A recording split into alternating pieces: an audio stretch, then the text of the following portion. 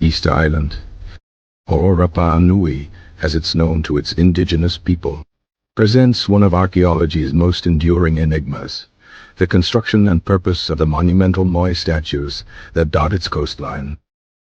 Located in the southeastern Pacific Ocean, the island is a Chilean territory, but its cultural and historical roots lie entirely with the Polynesian people, specifically those who arrived from Polynesia around 801,200 CE.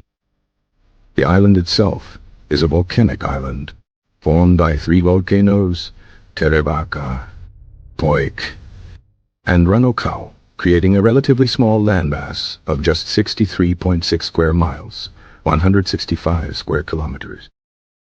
This isolation played a crucial role in shaping the unique culture and beliefs of the Rapa Nui people, and ultimately, the extraordinary tradition of Moai construction. The Moai, numbering over 887 discovered so far, are colossal human figures carved from rock, predominantly volcanic tuff, found at the Rano quarry. They range in height from an average of 13 feet, 4 meters, to a maximum of 33 feet, 10 meters, tall, and weigh anywhere from several tons to over 82 tons, making their construction and transportation a logistical feat of immense proportions. The statues typically depict heads and upper torsos, with elongated noses, strong chins, and rectangular ears, often adorned with cylindrical headdresses known as pukao. The pukao were crafted from red scoria found at the Punapau quarry and added to the statues after they were erected, representing top knots or elaborate headdresses, and adding to the statue's symbolic power. The construction process, though not fully understood, involved skilled stonemasons who used basalt stone hand tools, toki, hand axes, to carve the moai directly into the volcanic rock face. Evidence suggests a hierarchical structure within the stonemasons, with specialized teams responsible for different stages of the carving process, from initial outline to final details.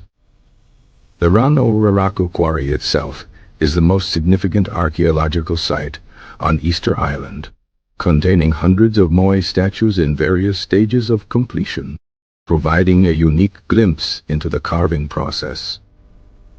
Many statues remain partially embedded in the rock face, indicating that the quarry served as both a workshop and a potential storage area for unfinished works.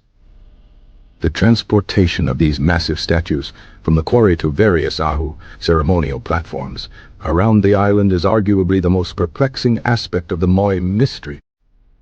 The traditional explanation, popularized by Thor Heyerdahl, proposed that the statues were moved using a walking technique, rocking them back and forth on log rollers, utilizing manpower and a carefully coordinated effort. However, recent archaeological evidence, particularly experimental archaeology led by Terry Lemoyne, suggests a different method involving a system of ropes and sleds, utilizing a rocking motion and strategically placed fulcrums. This method requires fewer people and is more efficient, aligning with the available resources and manpower estimated for the island's population at the time of construction. Regardless of the precise method, the transportation process undoubtedly required significant planning, coordination, and labor, reflecting a highly organized society with a strong communal structure. Once at the Ahu, the statues were erected using a combination of levers, ramps, and a carefully coordinated effort, often aligning them to face inland towards the villages. The Ahu themselves are monumental ceremonial platforms constructed from stone blocks, often consisting of layers of rubble and carefully placed stones. They served as focal points for religious ceremonies, ancestor veneration, and communal gatherings, providing a space for the Rapa Nui people to connect with their past and their spiritual beliefs. The purpose of the Moai statues has been the subject of much debate, but the prevailing theory suggests they represented deified ancestors, serving as intermediaries between the living and the spiritual realm. The statues were believed to possess mana, a spiritual power that protected the community and ensured its prosperity, and their presence on the Ahu served as a constant reminder of the ancestors' power and guidance. The statue's gaze inland towards the villages is believed to have been a symbolic gesture of protection and surveillance, ensuring the well-being of the community.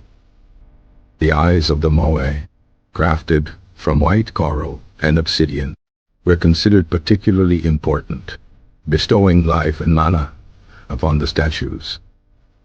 The addition of the eyes was a ceremonial event, often performed during religious ceremonies, marking the completion of the statue and its connection to the spiritual realm. However, around the 15th and 16th centuries, the Moai construction tradition abruptly ended, coinciding with a period of significant environmental degradation and social upheaval on the island. Deforestation, caused by the clearing of forest for agricultural purposes and the transportation of the statues, led to soil erosion, reduced crop yields, and a decline in the island's resources. This environmental degradation led to increased competition for resources, social unrest, and ultimately, a period of warfare and cannibalism, as evidenced by archaeological findings. The statues themselves became targets of destruction, with many being toppled from their Ahu during periods of conflict, symbolizing the breakdown of the traditional social order. The arrival of European explorers in the 18th century further exacerbated the island's problems, introducing diseases and disrupting the remaining social structures. The Rapa Nui population drastically declined in the centuries following European contact, leaving behind a legacy of environmental degradation and social collapse. Today, Easter Island is a UNESCO World Heritage Site, attracting tourists and researchers from around the world, eager to unravel the mysteries of the Moai statues and the fate of the Rapa Nui people. Recent archaeological research continues to shed light on the Moai construction process, the social structures of the Rapa Nui people, and the environmental factors that contributed to their decline.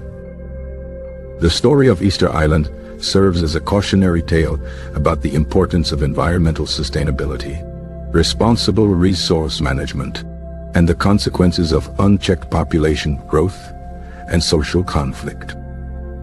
While many questions remain unanswered, the Moai statues stand as a testament to the ingenuity, creativity, and resilience of the Rapa Nui people, and a powerful reminder of the fragility of human civilizations. The oral traditions of the Rapa Nui people, preserved through generations, offer valuable insights into their beliefs, rituals, and the significance of the Moai statues in their society. These traditions speak of a complex system of ancestor veneration, spiritual power, and communal cooperation that underpin the Moai construction tradition. The concept of tapu, a sacred prohibition, played a crucial role in regulating the Moai construction process, ensuring the proper rituals were followed and the spiritual power of the statues was preserved. The construction of the Moai statues was not simply a technological feat, but a deeply spiritual and social undertaking that involved the entire community. The statues served as a focal point for communal identity, social cohesion, and the preservation of cultural heritage. The decline of the Moai construction tradition can be seen as a symptom of a broader social and environmental collapse, reflecting a loss of communal identity, a breakdown of traditional social structures, and a depletion of natural resources. The story of Easter Island serves as a powerful reminder of the interconnectedness of human societies and the environment, and the importance of sustainable practices. The ongoing research on Easter Island continues to challenge existing theories and shed new light on the mysteries of the Moai statues and the fate of the Rapa Nui people. From the intricate carving techniques to the ingenious transportation methods and the deeply spiritual significance of the statue, the Moai of Easter Island remain a testament to the ingenuity, creativity, and resilience of the Polynesian people.